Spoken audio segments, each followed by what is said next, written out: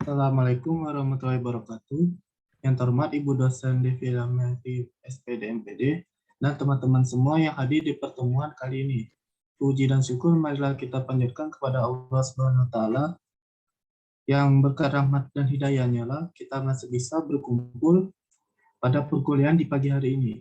Perkenalkan, nama saya Fazlur Al-Ansari selaku moderator untuk kelompok 5 dengan tema Ilmu Pengetahuan Alam, Listrik, dan Magnet. Sebelum memulai presentasi, izinkan saya untuk memperkenalkan anggota kelompok 5 terlebih dahulu.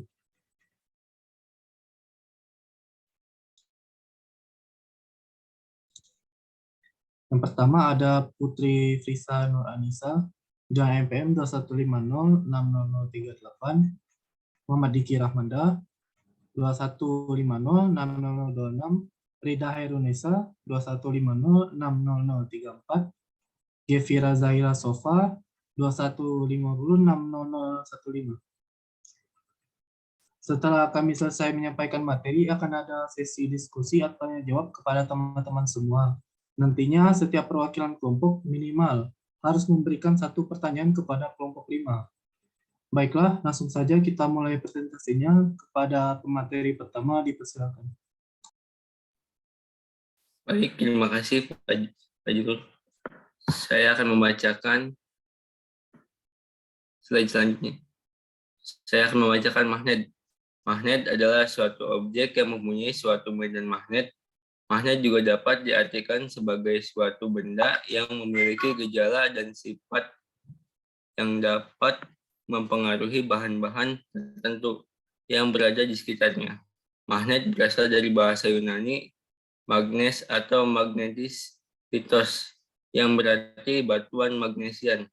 Magnesian adalah nama sebuah provinsi di Yunani pada masa lalu, yang kini bernama Manisa. Sekarang berada di wilayah Turki. Di provinsi inilah pertama kali magnet ditemukan.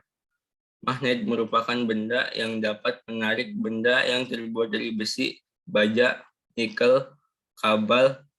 Magnet didefinisikan sebagai bahan ferromagnetik dengan daerah magnetik terarah sama sehingga menghasilkan medan magnet di sekitarnya.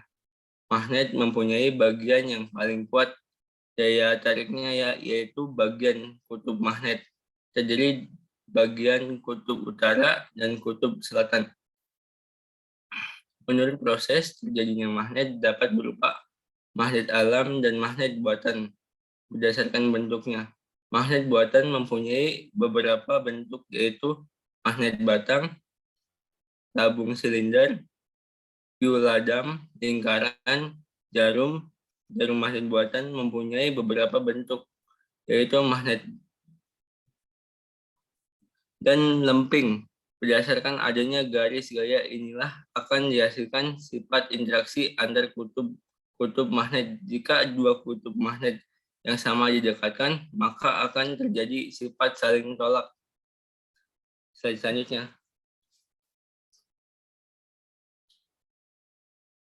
Jenis-jenis magnet. Yang pertama ada magnet alami. Magnet alami adalah jenis magnet yang sudah mempunyai sifat magnet secara alami dan adanya sifat magnet ini terbebas dari campuran tangan manusia. Batuan yang dapat menarik benda dari besi disebut dengan magnet alam. Salah satu contoh magnet alam ini ialah Gunung Ida di Magnesia. Hal ini dikarenakan Gunung Ida telah terbukti mampu menarik benda-benda yang ada di sekitarnya. Yang kedua ada magnet buatan. Magnet buatan adalah magnet yang dibuat oleh tangan manusia dengan menggunakan bahan magnetik yang kuat seperti besi dan baja. Magnet buatan meliputi hampir seluruh magnet yang ada sekarang ini. Bentuk magnet buatan antara lain yang pertama magnet silinder, menyerupai tabung panjang.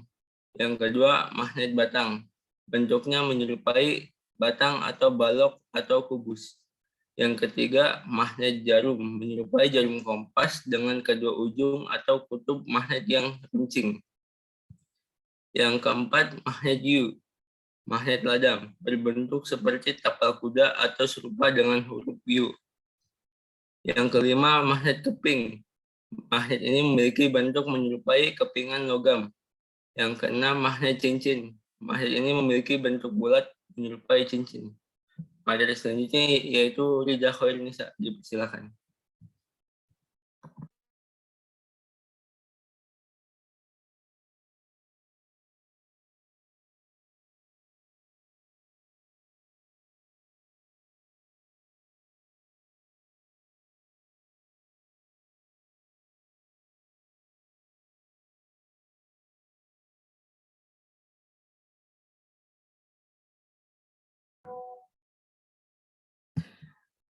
Sifat-sifat magnet.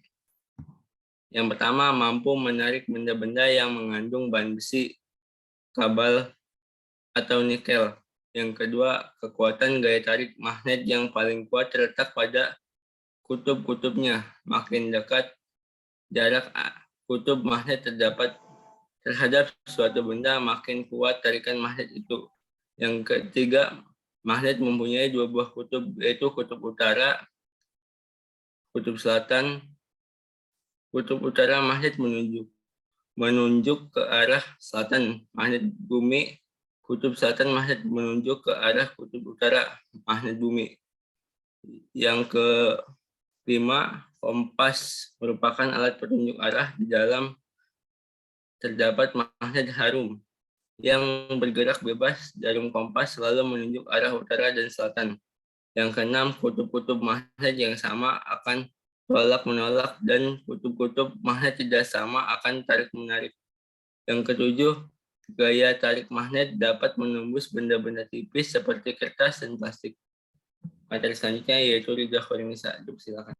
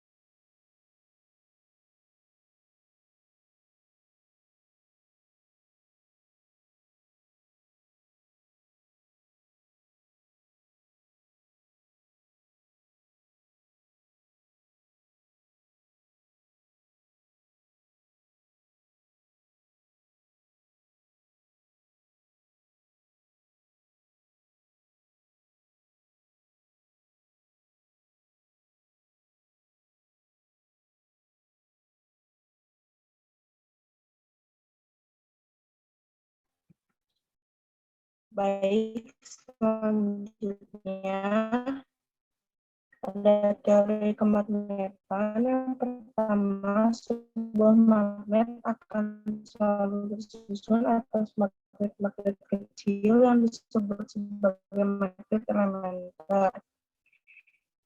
Yang kedua, pada benda magnetik, baik benda magnetik acak. Yang ketiga, bahan magnetik yang bukanlah dengan prinsip pembuat magnet elementer dalam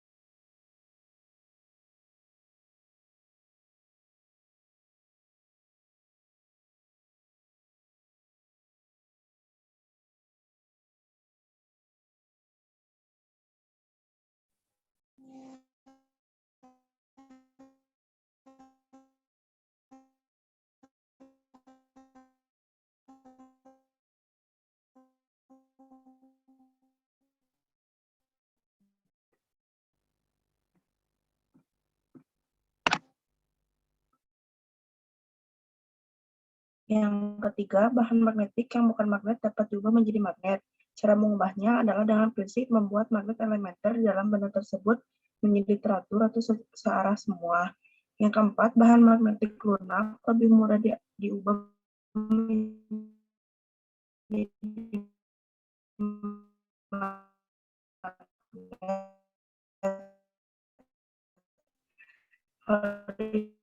Ini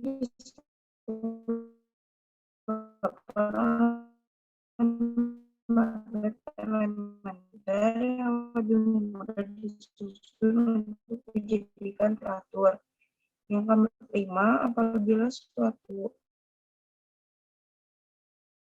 buah magnet dipotong, masing-masing potongan magnet tersebut akan tetap menjadi magnet dan masing-masing juga memiliki kutub utara dan kutub selatan.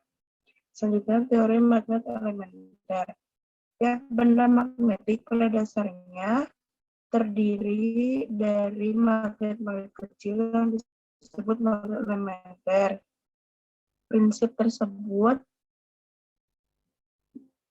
Prinsip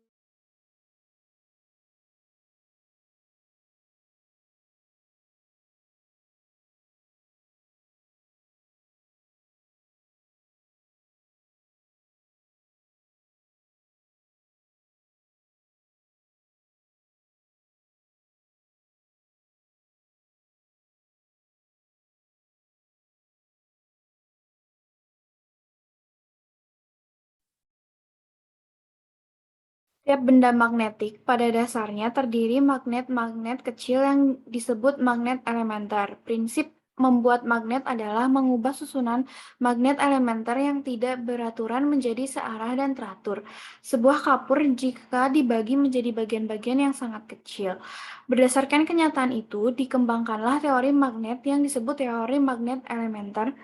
Dalam teori ini, dikatakan bahwa sifat magnet suatu benda ditimbulkan oleh magnet-magnet kecil dalam benda tersebut yang disebut magnet elementer. Akan tetapi, di bagian ujung magnet hanya terdapat gaya tolak-menolak.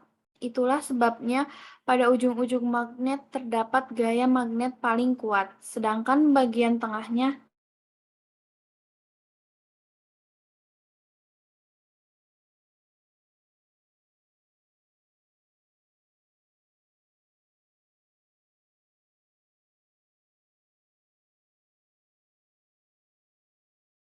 Selanjutnya, ada implementasi pada kehidupan sehari-hari. Yang pertama, jarum kompas adalah dari magnet permanen. Pintu kulkas memiliki magnet permanen agar selalu tertutup. 3. Kartu ATM dan kartu kredit memiliki jalur magnet yang berisi informasi. Yang keempat, TV dan monitor komputer menggunakan elektromagnetik untuk menghasilkan gambar. Yang kelima, menggunakan kombinasi magnet permanen dan elektromagnetik. Tape VHS bisa mengandung golongan tape bermagnet, informasi yang memproduksi video tape. Yang ketujuh, kaset audio kompak mengandung magnet untuk menghasilkan audio. Yang kedelapan, kartu kredit, kartu debit, dan kartu ATM. Semua kartu ini memiliki jalur bermagnet pada sisi-sisinya. Jalur ini mengandung informasi yang dibutuhkan untuk menghubungi institusi keuangan pribadi dan menghubungkan dengan rekening bank. Yang kesembilan, magnet di lemari es memastikan pintu lemari es kedap udara, dengan itu menghindari pemborosan energi. Yang ke-10, loudspeaker dan mikrofon. Loudspeaker merupakan kombinasi magnet permanen dan elektromagnetik. Loudspeaker pada dasarnya perangkat yang mengkonversi energi listrik atau sinyal ke energi mekanik atau suara. Mikrofon memiliki kon atau selaput yang terlekat pada gulungan kabel. Gulung itu terletak dalam magnet berbentuk khusus. Bila suara menggegarkan selaput, maka gulung itu turut bergetar dan menghasilkan voltage saat ia melalui medan magnet. Voltage dalam kabel ini adalah sinyal listrik yang mewakili suara asal. 11. Motor listrik dan generator. Motor listrik seperti speaker tergantung pada kombinasi elektromagnet dan magnet permanen. Dan seperti speaker mengganti energi listrik menjadi energi mekanis. Generator bertindak merubah energi mekanis ke energi listrik.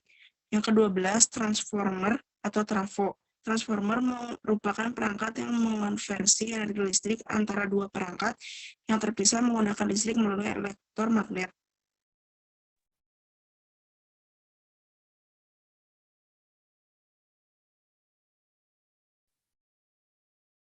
Selanjutnya membahas tentang listrik. Medan listrik. Medan listrik merupakan salah satu besaran yang memiliki kaitan dengan interaksi Coulomb. Merupakan suatu besaran fisis yang memiliki mulai pada setiap titik dan ruang. Medan dapat dikategorikan menjadi dua, yaitu medan skalar dan medan vektor. Gaya listrik pada sebuah benda bermuatan dikerahkan oleh medan listrik yang diciptakan oleh benda bermuatan lainnya. Gaya adalah sebuah besaran vektor, sehingga medan listrik juga adalah besaran vektor.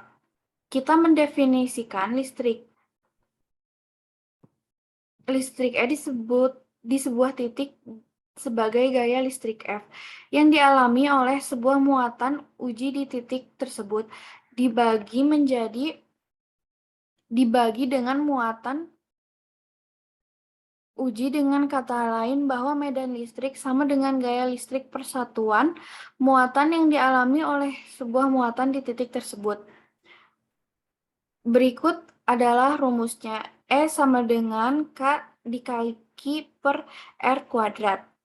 E sama dengan kuat medan listrik, Q sama dengan muatan sumber, R sama dengan jarak muatan uji dengan muat sumber, dan K sebagai konstanta kesetaraan gaya listrik. Selanjutnya ada hukum-hukum listrik. Yang pertama, hukum Ohm. Pada 1927, seorang fisikawan Jerman bernama George Simon Ohm melakukan penelitian untuk mencari hubungan antara beda potensial dan kuat arus listrik. Ohm membuat kesimpulan yang hingga kini dikenal dengan sebutan hukum Ohm, yang berbunyi ada suhu tetap tegangan listrik V pada suatu penghantar sebanding dengan kuat arus yang mengalir pada penghantar tersebut. Rumusnya, volt sama dengan I kali R. V sama dengan beda potensial, I yaitu kuat arus, yaitu ampere, dan R adalah hambatan, yaitu ohm. Yang kedua, hukum Kirchhoff. Hukum Kirchhoff 1, yaitu jumlah arus yang menuju masuk titik percabangan sama dengan arus yang meninggalkan atau keluar dari titik percabangan, sehingga dapat dirumuskan sebagai berikut. Sigma I masuk sama dengan sigma I keluar. Yang kedua, hukum Kirchhoff 2, yaitu dalam sebuah rangkaian tertutup, jumlah gaya gerak listrik E sama dengan jumlah penurunan potensial, yaitu I kali R, sehingga dapat dirumuskan sigma E sama dengan sigma I dikali R. Yang ketiga, hukum daya. Daya resistor merupakan kekuatan yang dimiliki oleh resistor dalam menerima kuat arus listrik. Daya listrik didefinisikan sebagai laju hantaran energi listrik dalam rangkaian listrik. Satuan SI daya adalah watt. Pada rangkaian arus DC, daya listrik sesaat dihitung menggunakan hukum Joule, sesuai nama fisikawan Britania James Joule yang pertama kali menunjukkan bahwa energi listrik dapat berubah menjadi energi mekanik dan sebaliknya. Ada pula rumusnya.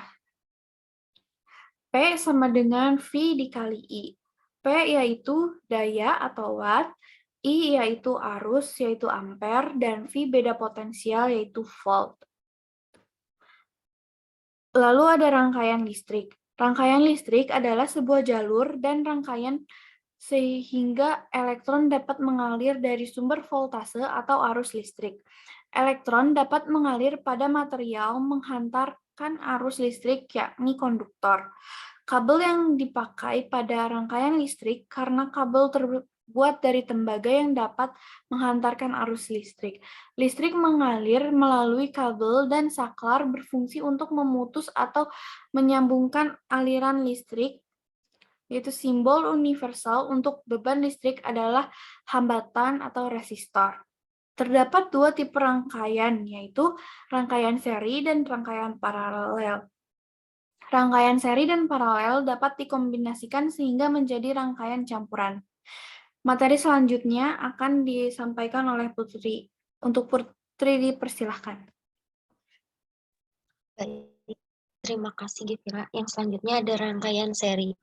Pada rangkaian seri, kuat arus 1 akan mengalir dari sumber energi baterai yang ada dari satu hambatan ke hambatan lain, melewati satu kabel.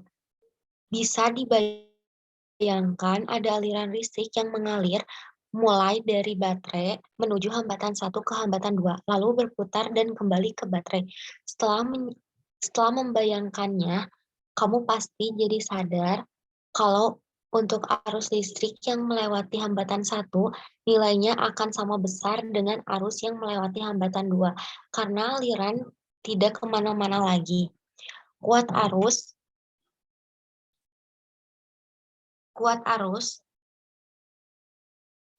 total sama dengan kuat arus yang ada di hambatan 1 maupun hambatan 2. Semacam matematis dapat ditulis menjadi satu total sama dengan I total sama dengan I1 sama dengan I2.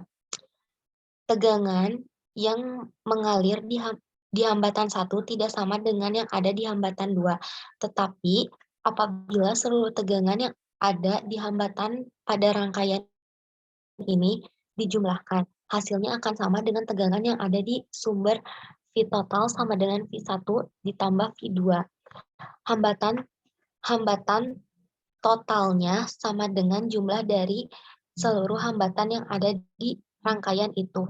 Dari tanda titik-titik di rumus itu untuk menandakan kalau ada resistor lain.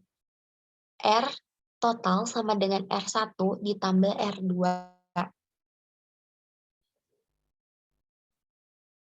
Selanjutnya. Yang selanjutnya ada rangkaian paralel. Rangkaian paralel adalah rangkaian listrik yang hambatannya disusun secara bertingkat atau bercabang. Terlihat tak ada perbedaan dengan rangkaian seri. Dapat dibayangkan ada aliran listrik yang berjalan dari baterai, berjalan ke arah bawah menuju hambatan 1. Sesaat dia berada di persimpangan, aliran listrik akan memecah. Ada yang masuk ke resistor 1, ada juga yang berjalan ke resistor 2. Itu artinya kuat arus di kedua hambatan itu akan berbeda. Karena terdapat percabangan.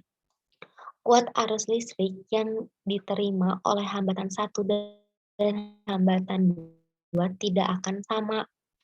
Alhasil, kuat arus sumber energinya akan sama dengan jumlah dari seluruh kekuatan arus semua hambatan. Oleh karena itu, kita dapat menuliskan menjadi I1, I total sama dengan I1 ditambah I2. Tegangan yang ada pada hambatan 1 dan hambatan 2 akan bernilai sama besar. Maka kita dapat menuliskannya menjadi V total sama dengan V1 ditambah V2. Bagaimana cara kita menghitung hambatan listrik untuk rangkaian paralel? Konsep antara seri dan paralel tadi terbalik, maka cara mencari hambatan adalah sebagai berikut.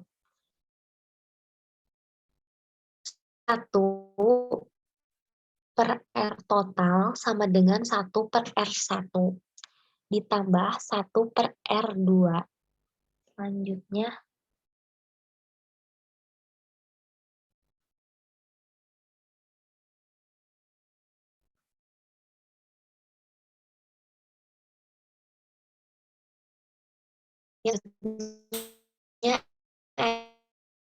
ada berhubungan dengan cara mencari tahu tentang alam secara sistematik.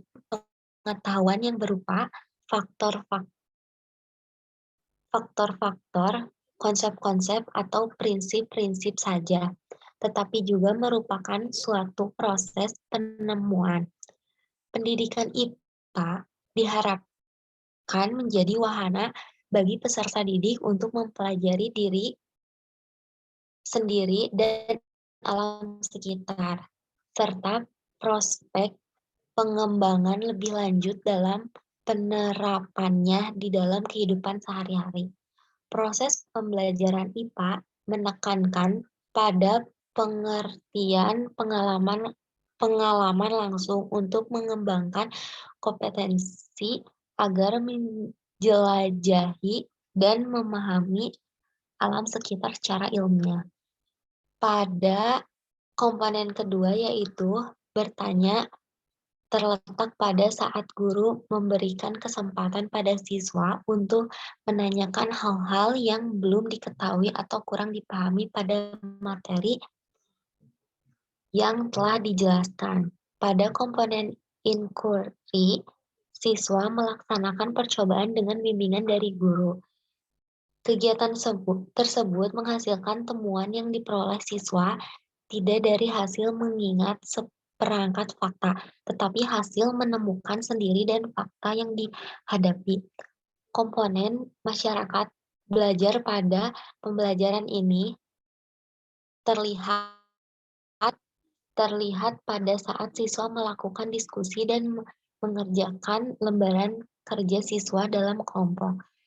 Dengan pembelajaran semacam ini, siswa akan lebih cepat memahami materi yang disampaikan. Refleksi pada pembelajaran IPA materi listrik dan magnet dilaksanakan melalui tanya jawab dengan tujuan untuk mengetahui sejauh mana siswa memahami atau merespon pembelajaran yang dilaksanakan. Komponen ketujuh dalam pembelajaran kontekstual adalah penelitian otentik. Penelitian otentik tersebut meliputi penilaian yang dilakukan guru yang dilaksanakan pada saat guru mengamati aktivitas siswa dan kemampuan hasil belajar siswa.